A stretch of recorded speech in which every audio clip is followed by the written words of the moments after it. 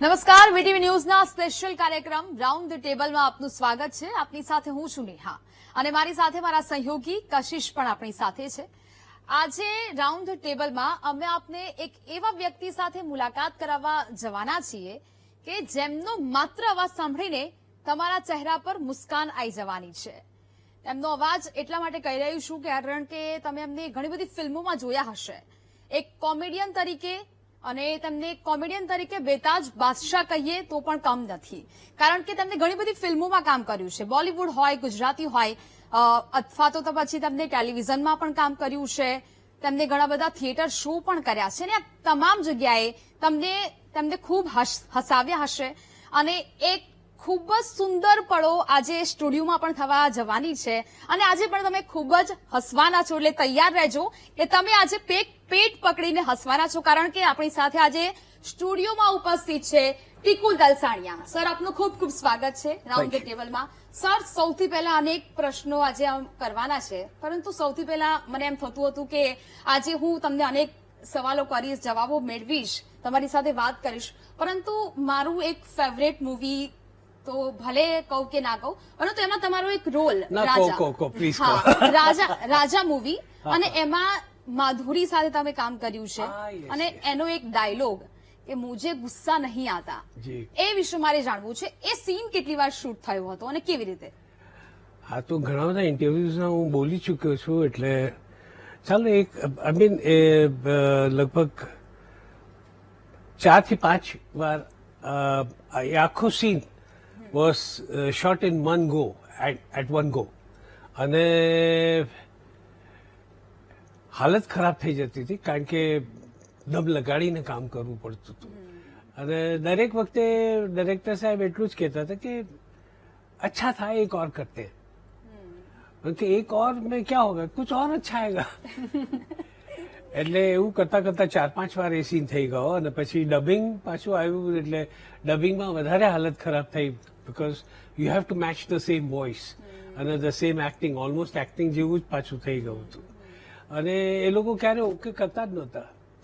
નહીં, અચ્છા એક ઓર કરતે, અને હું થાકી જતો હતો, કારણ કે એના પર મારું વોલ્યુમ છે ને છેલ્લે એટલે શરૂઆતથી માય વોલ્યુમ વોઝ વેરી લો, અને પછી અવાજ એકદમ રાઇઝ થતો ગયો અને આઈ હિટ માય પીક. અને એ પીક એટલી વાર થયું ને કે આઈ વોઝ ટોટલી એક્ઝોસ્ટેડ. પણ પછી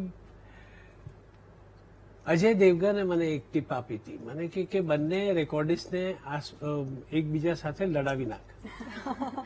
કે એટલે પછી મેં કીધું કે તમે તો હા પાડતા હતા કે તમને બહુ ગમ્યો ટેક, ને આ કહે છે કે નથી ગમતું તમને ટેક, એટલે તમે વનમો માગી રહ્યા છો. કે ના, પછી બંને જણા શો થઈ ગયા. પછી દરેક વખતે પહેલા ટેકમાં મારું ઓકે થઈ જતું. So that is how I got through it. પણ હતી બહુ જ મજેદાર ફિલ્મ હતી. રિયલમાં ગુસ્સો આવે ખરા તમને? રિયલમાં તો હવે ગુસ્સો મુંબઈના રસ્તા ઉપર હું મેડિટેટ કરું છું, તમને ખબર છે ને, I meditate on the roads of Mumbai. ગાડીમાં જતા હોઈએ ને એ પાછું મોઢું બંધ કરીને બ્રીધિંગ કરીને આઈ બ્રીધ એન્ડ આઈ મેડિટેટ. એવું છે. સો મેડિટેશન મારું ત્યાં થાય છે મુંબઈના રસ્તાઓ પર. એટલે કોઈ પણ રસ્તા પર, આપણે અહીંયા પણ અમદાવાદમાં એવું જ છે, સાપોલિયાની જેમ નીકળતા હોય છે.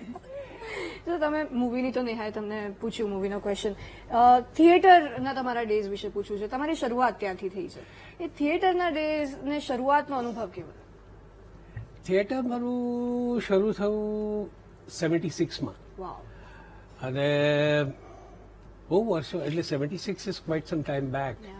અને પ્રવીણ જોશી સાહેબ સાથે મારો સંપર્ક થયો અને ત્યાંથી હું આગળ વધ્યો અને ત્યાંથી પ્રોફેશનલ થિયેટરમાં આવ્યો. કારણ કે શું હતું કે એમણે કહ્યું કે 3 મહિના તમારે મારી સાથે ગુજરાત ફરવું પડશે, if you take a play with me.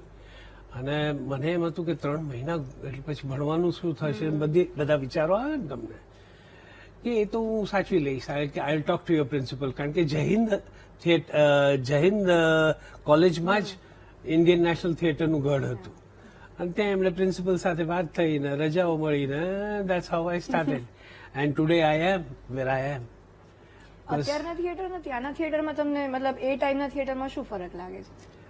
Theatre તો થિયેટર જ છે, હજી કઈ એવું કઈ પર્સપેક્ટિવ બદલાયો હોય કે ટ્રેન્ડ બદલાવ્યો હોય? યા પર્સપેક્ટિવ તો બદલાય જ, કારણ કે એટલે જુદી જગ્યાએ જુદું લાફ્ટર આવે ને જુદી, I mean Ahmedabad has always given us a lot of laughter, એટલે સખત હસતા હતા લોકો, અને મુંબઈમાં થોડુંક રિઝર્વડ હોય એમ કરી હશે. પણ તમારા શોઝ માટે સ્પેશિયલી એવું લોકો લાઈક એવા વાત સાંભળી છે કે જયારે તમે કોમેડી કરતા હો સ્ટેજ પર ત્યારે લોકો એટલું હસતા હોય કે તમારે બ્રેક લેવો પડે ડાયલોગમાં. હા યસ, એ તો છે જ. આઈ મીન પ્લેમાં તો you have to take a break. ફિલ્મમાં બ્રેક નથી મળતો એવું કઈ, પણ પ્લેમાં yes you do take a break and you have to wait, કારણ કે લાફ્ટર સબસાઇડ થાય પછી જ તમે શરૂ કરી શકો, જેથી એ બહુ લોકો લાંબો બ્રેક થઈ જતો હોય ઘણી વાર, એટલું હસે છે લોકો. ના થાય છે, એવું થાય છે. Yes, it use to happen. Okay sir, તમે મુંબઈથી ગુજરાતની સફર ઘણી વખત કરતા હશો, ગુજરાતી પણ ઘણી બધી મૂવી કરી છે. ગુજરાતમાં ખાસ કરીને તમે જ્યારે પણ આવો ત્યારે તમને એવી કઈ વસ્તુ થાય કે ના ભાઈ આજે ગુજરાતમાં છું તો પછી આ વસ્તુ તો મારે કરવી જ પડશે, આ વસ્તુ મારે ખાવી જ પડશે? ખાવાના શોખીન તો આપ હશો જ. હા છું જ, મારી સાઈઝ પરથી જ તમને લાગતું હશે કદાચ. ના પણ યા આઈ એમ અ ફૂડી એન્ડ મને ઘણું બધું ભાવે છે અહીંયા, અને ઘણી બધી વસ્તુ હમણાં જ મેં રિસેન્ટલી એક સાઉથ ઇન્ડિયન રેસ્ટોરન્ટમાં, અહીંયા એક દર્શની નામની એક રેસ્ટોરન્ટ છે, I don't know whether I can take names, પણ દર્શની નામની એક રેસ્ટોરન્ટ છે જ્યાં સાઉથ ઇન્ડિયન બહુ સરસ જ મળતું હોય છે, અને it's better, comparatively better than Mumbai. એટલે મને એ વધારે ગમે છે અહીંયાનું. ઘણી બધી વસ્તુઓ છે, ઘણી બધી વસ્તુઓ છે અહીંયાના. કેફેઝ, કેટલા સરસ મજાના કેફેઝ થઈ ગયા છે. So those are wonderful places to go, specially with ગર્લફ્રેન્ડ્સ.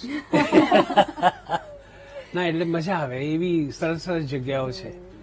અને પહેલા તો હુકા બાર્સ પણ હતા ને, એ બધી હવે વ્યસનની વસ્તુઓ બધી દૂર થઈ ગઈ છે, એ બહુ સારું થયું છે. ખાલી એક પાન જરા દૂર થઈ જાય ને તો મને વધારે ગમશે. ગઈકાલે અમે લોકો દવા શોધવા નીકળ્યા હતા તો કેમિસ્ટની દુકાનો કરતા પાનની દુકાનો વધારે હતી, and that was a little shocking, you know. કારણ કે I remember 20 years back, 25 years back, 25 વર્ષ પહેલા the Rotarians and the Lions Club people, they were having a anti-cancer drive. તમે નહીં માનો પણ દિવસના 25 કેસીસ, 25 કેસીસ માઉથ રિલેટેડ કેન્સરના અમદાવાદમાં આવે છે. 25 દિવસના. Can you imagine? It's such a shocking thing. અને it's just because of mouth related cancer. લોકોને અવેરનેસ જ નથી કે આ જે અમે માવો ખાઈએ છીએ કે આ ખાઈએ છીએ એના લીધે. સો આ અવેરનેસ ફેલાવતો હતો. I use to go to colleges, અને એ કોલેજમાં તો એવું થયું કે બાપા પણ ખાતા હતા અને દીકરો એ ખાતો હતો. બાપા પ્રિન્સિપલ હતા અને દીકરો વોઝ અ સ્ટુડન્ટ. અને મને એમ થાય કે પ્રિન્સિપલ કેમ આવતો નથી મારી સાથે. ત્યારે ખબર પડી કે હી ઓલ્સો વોઝ ચુઇંગ ટોબેકો. તમારી ફર્સ્ટ ફિલ્મની આપણે વાત કરીએ. લોકો તમને હા, આ કોમેડિયન બધી serious વાતો. તરીકે Yeah. લોકો તમને કોમેડિયન તરીકે સૌથી વધારે ઓળખે છે, પણ તમારી ફર્સ્ટ ફિલ્મ થોડીક અલગ હતી. હા. ફર્સ્ટ ફિલ્મમાં બ્રેક કેવી રીતે મળ્યો ને એમાં તમારો રોલ શું હતો લોકોને કહે છે? મને એકચ્યુઅલી ફર્સ્ટ ફિલ્મમાં I was the main villain. Yeah અને મેં ડાયરેક્ટર સાહેબને પૂછ્યું પણ કે મને કેમ મેઇન વિલન બનાવ્યો, બિકોઝ છાપ તો કોમેડિયનની પડી હતી.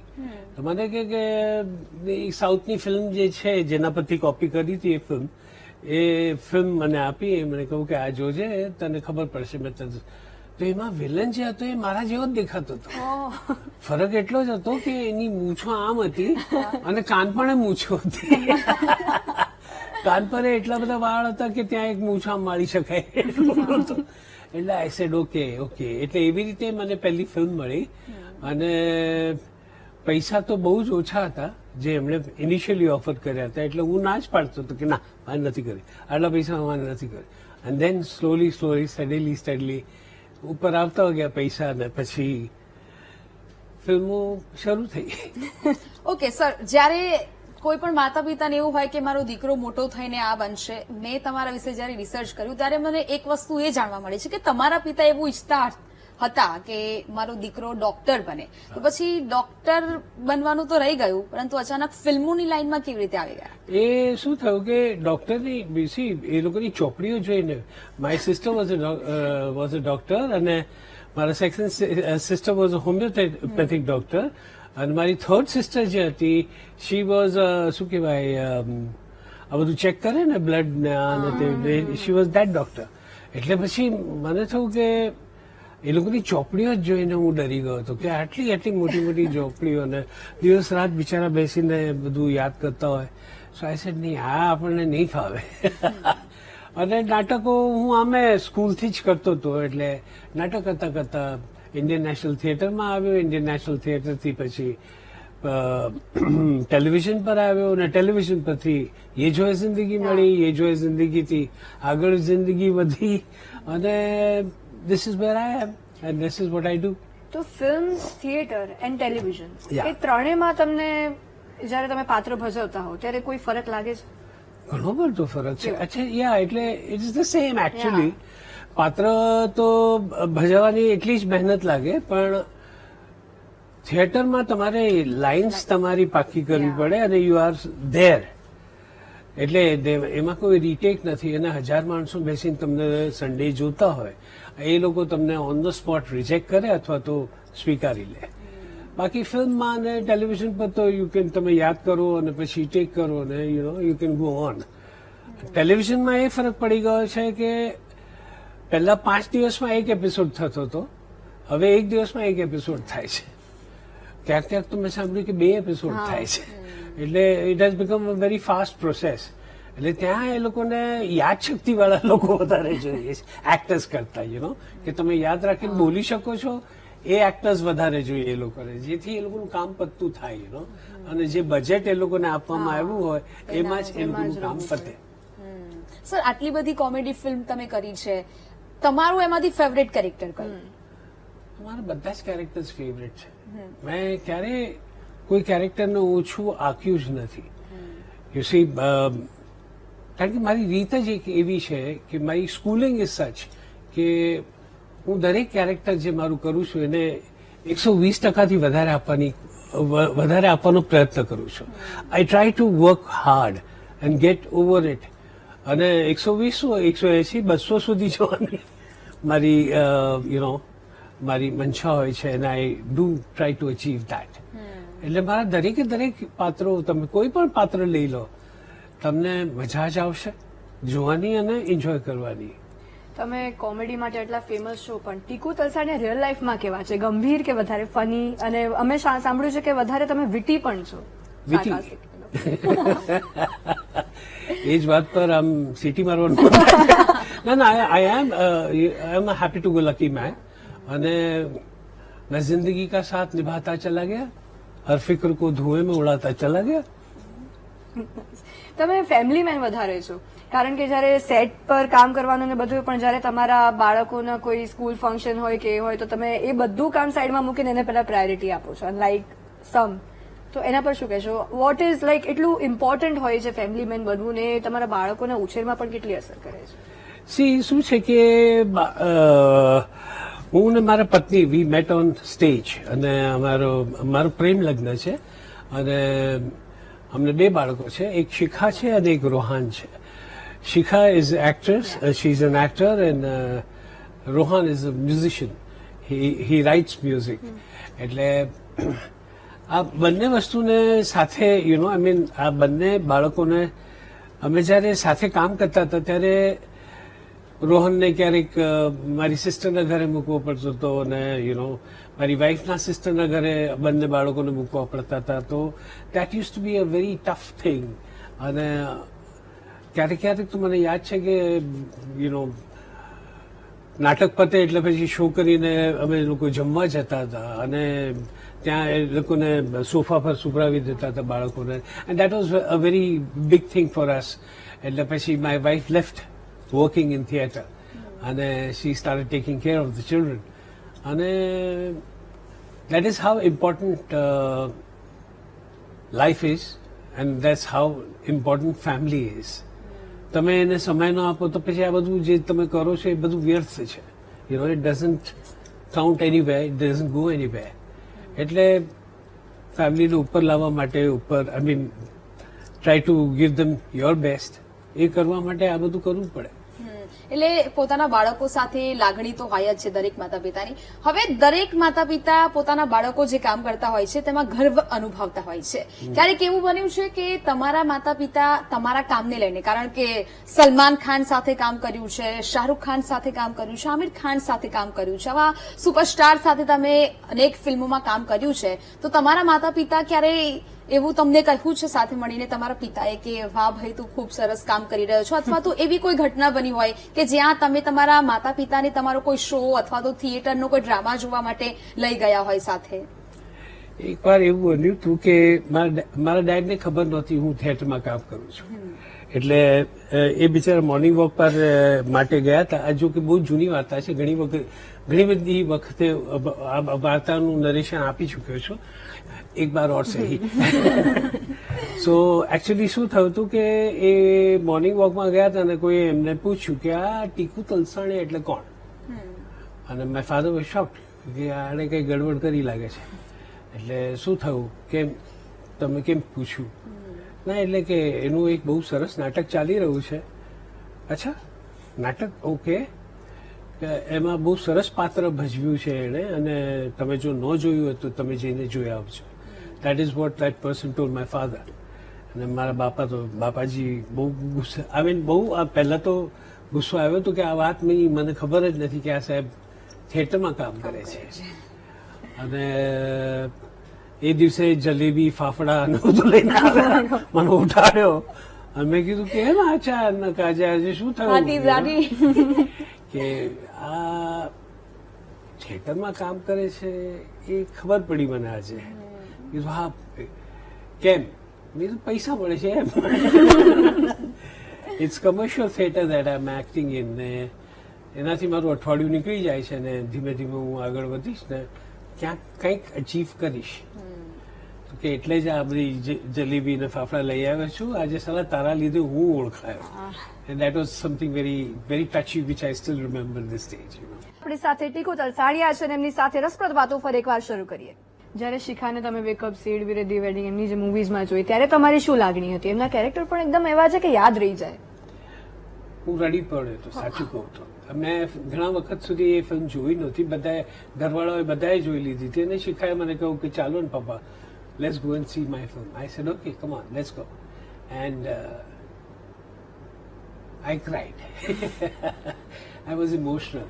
કારણ કે દીકરીને આટલું સરસ કામ કરતા જોઈને એની એક તો એક પ્રાઉડ ફિલિંગ થયું કે my daughter is a good actor, and I liked it and I was very emotional about it. ક્યારેક એવું થયું કે કામનું ભારણ વધારે હોવાને, અત્યારની વાત તો ચાલો કે અલગ છે, આટલી બધી મૂવી તમે કરી હશે, ત્યારે એવું થયું કે ઘરમાં તમારે ટાઈમ આપવો હોય અને તમે ન આપી શક્યા હોય, જેમ કે બાળકોના બર્થડે હોય અને એ વખતે તમારે ખૂબ જરૂર હોય, ઘણી વખત યાદ કર્યો કે પપ્પા તમે આવી જાઓ અને તમે ન જઈ શક્યા હોય? એવું ઘણી વાર થયું છે. શિખાના કોઈ પણ બર્થડેમાં હું હતો જ નહીં.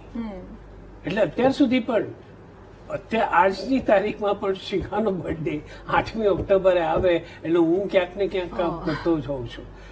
એટલે પછી હવે એને બહુ સરસ રીતે જોવાનું જ કર્યું. શી લુક્સ એટ ઇટ વેરી બ્રિલિયન્ટલી. મને કે ડેડ, મારો બર્થડે હોય અને તમે કામ ન કરતા હો તો it's not a good sign. You have to be working. એટલે આઈ એમ ઓલવેઝ વર્કિંગ અને એ લોકોના આશીર્વાદ છે એટલે આપણે કામ કરતા જ રહીએ છીએ. ઘરમાં તમે બધા ગુજરાતી બોલો? હા, ગુજરાતી હિન્દી બધું જ. અમારે તો બધું મિક્સ ચાલે. ઓકે સર, બીજી વાત એ છે કે આટલી બધી તમે ફિલ્મો કરી છે. 8 મહિના પહેલાનો એ સમય મને યાદ આવે છે જ્યારે અનેક ટીવી ચેનલ્સ અથવા અનેક ન્યૂઝપેપરમાં એવી ખબર છુપાઈ હતી, રૂમર્સ કે હાર્ટ એટેક આવ્યો છે, અને પછી અચાનક એ સમાચાર સામે આવ્યા. એ આખું શું હતું? એ એવું હતું કે હું એક પ્રીમિયર ફિલ્મની પ્રીમિયર માટે ગયો હતો અને ત્યાં મને એક અચાનક આઈ સ્ટાર્ટેડ ફીલિંગ ડિઝી ને અને મને થયું કે I was entering heart attack company, heart attack એરિયામાં હું જતો હતો કદાચ. એવું મેં મારી વાઈફને પણ કહ્યું. મને કે ના એવું કંઈ નથી, just take it easy, breathe breathe breathe. પછી ખબર પડી કે મને એન્યુરિઝમ હતું આઈ હેડ એન એન્યુરિઝમ, જેના લીધે મારી અને પ્રીમિયર હતો એટલે આઈ didn't like to seat in a wheel chair and go to the hospital. એટલે હું ચાલવા માંગતો હતો પણ હું ચાલી નહોતો શકતો અને it was a bad experience, it was a bad dream. અને એમાંથી હું સરસ હસતો મજાનો નીકળી ગયો બહાર. અને આજે અને એ જ વખતે અખિલની એક ફિલ્મ આવી મારા પાસે ફરી એકવાર, અને they waited for me, they consulted my doctors કે બધું બરાબર છે ને, કે બરાબર છે, એટલે મને ફિલ્મમાં લીધો. And here I am. ફિલ્મ અમારી રિલીઝ થઈ રહી છે 12મી સપ્ટેમ્બરે ફરી એકવાર. ફરી એકવારમાં તમારો અનુભવ કેવો રહ્યો? હવે આ લોકો અહીંયા છે એટલે મારે તો સારો જ કેવો પડે. નહીં પણ બહુ ખરેખર બહુ જ સારો હતો અને બહુ જ મજા આવી. It was a great ride. I mean I had a fantastic time. ઘણા બધા નવા મિત્રો મળ્યા અને નવા મિત્રો થયા અને ઘણી બધી વાતો શીખવા મળી ને it was fun, great fun. તમે હેલ્થની જયારે વાત નિહાય કરી છે તો લોકોને આઈ થિંક ખબર હશે કે નહીં, I don't know, you are a good biker too, અને તમે એટલા મસ્ત એડવેન્ચર્સ પણ કરો છો બાઇકના. તમારી હોબીઝ પણ એવી છે કે જે જોઈએ ને તમારી જે મૂવીમાં જે અમે છબી જોઈએ છે ને એનાથી એકદમ ડિફરન્ટ છે, તો એના વિશે લોકોને આપ કહી શકો?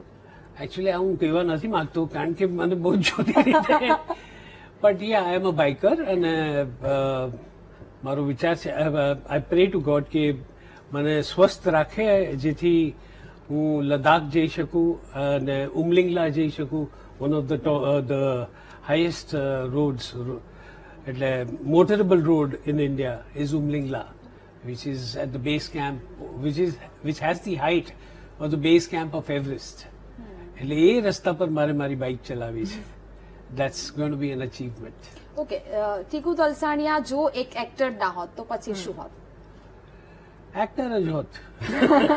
પછી તો કઈ છે જ નહીં, કઈ દેખાતું જ નથી મને. કદાચ આઈ ડોન્ટ નો, પણ ટીકુ તલસાણિયા જ હોત. એટલે એક્ટિંગ સિવાય બીજું કઈ આવડતું નથી. અને જો હું ન હોત તો કદાચ ટિકિટ બારીએ બેઠો હોત, પણ એમાંય ગોટાળા હતા કારણ કે હિસાબ રાખતો તો આવડતો જ નથી. એટલે there are so many things, so many factors. But I have લાઈફને એન્જોય કરવી મેં શીખી છે અને I have enjoyed every moment of my life અને I have had a great time. ક્યારેક એવા ઉતાર ચઢાવ આવ્યા છે લાઈફમાં કે કોમેડિયન તરીકે તમે કામ કર્યું છે અને તેના લીધે બીજા કોઈ રોલ્સ ન મળવા કે એવી કોઈ લાઈફમાં એવું કંઈ આવી જવું કે કામ ના મળવું અથવા તો પછી એ પ્રકારે નિરાશા તો જી એક્ટરનું જીવન છે એટલે એ શું કહેવાય, તડકી છાયડી તો રહેવાની જ છે. ક્યારેક તડકો હોય ને ક્યારેક છાયડી હોય. So that is going to be there in your life because it is a very competitive business. અને એમાં કામ હોય ક્યારેક ન પણ હોય અને એમાં તમારે રાહ પણ જોવી પડે અને so that struggle in life તો દરેકની લાઈફમાં હશે, તમારી પણ લાઈફમાં હશે, તમારી પણ લાઈફમાં હશે કે મારા પૈસા ક્યારે વધશે. તમે લોકો વિચારતા હશો જ ને. So that is there in everybody's life, that struggle is going to be there. પણ એમાંથી તમે કેટલી મજા લઈ શકો છો અને શું શું કરી શકો છો to keep yourself happy is a very different thing.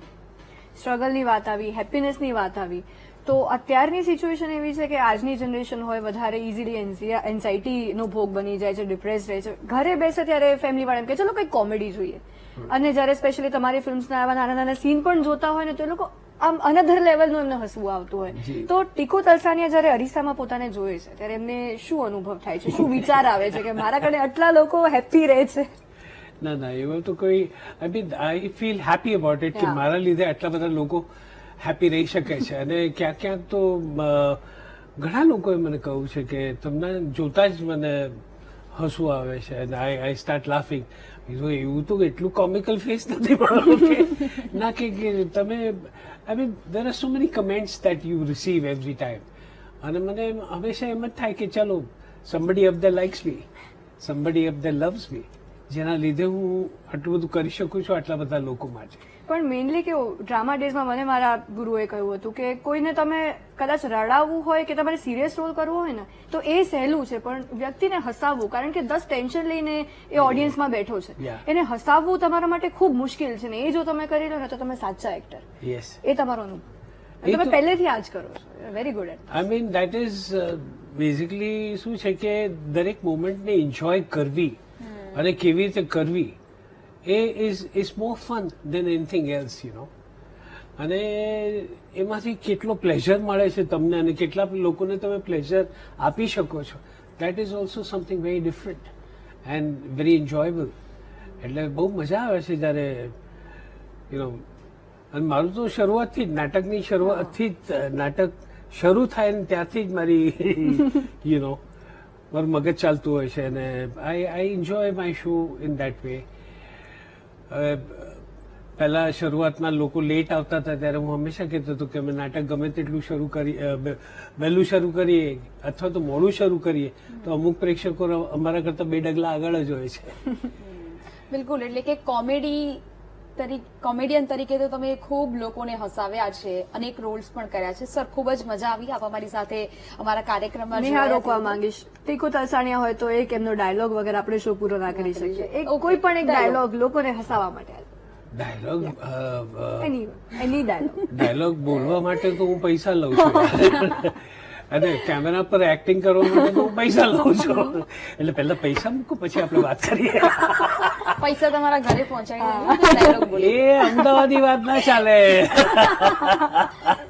કે તમે પહોંચી જશે, તમે જાઓ તો પહોંચી જશે, ઘર પહોંચી જશે. ઘરે કઈ પહોંચતું જ નથી.